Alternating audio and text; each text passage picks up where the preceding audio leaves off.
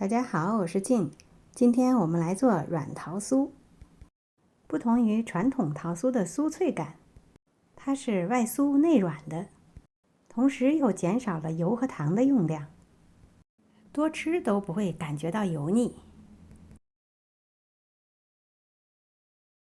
首先来处理核桃，80克的核桃仁切碎。有好多的配方叫桃酥，但是里面没有核桃仁。没有核桃仁的桃酥怎么能叫桃酥呢？我喜欢放多多的核桃仁，保证每一口都能吃到香酥的核桃仁。不需要切得太碎，吃起来有核桃的颗粒感才更好吃。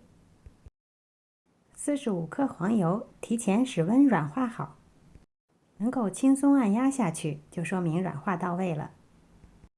加入到搅拌碗中，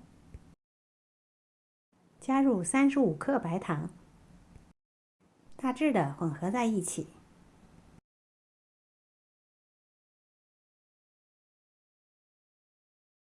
再打入一个常温的鸡蛋，鸡蛋重量大约60克，搅拌混合在一起。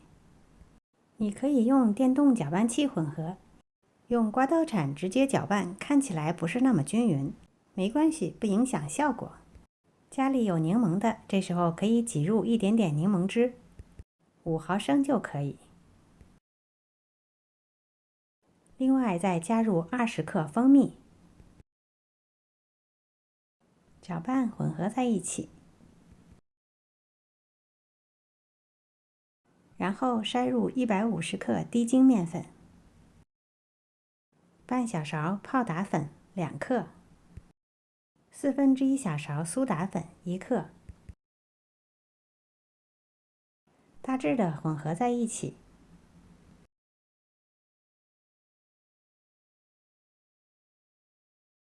最后加入刚才准备好的核桃仁儿，混合和成一个面团儿。不要过度搅拌，混合至没有干粉的状态就可以了。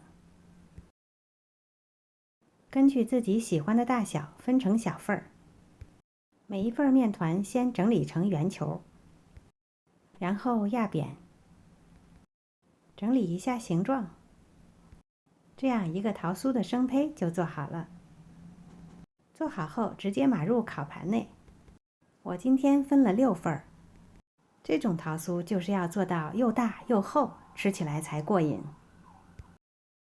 最后准备一点表面的刷液，1个蛋黄，加1勺水，搅拌均匀，均匀的刷在表面。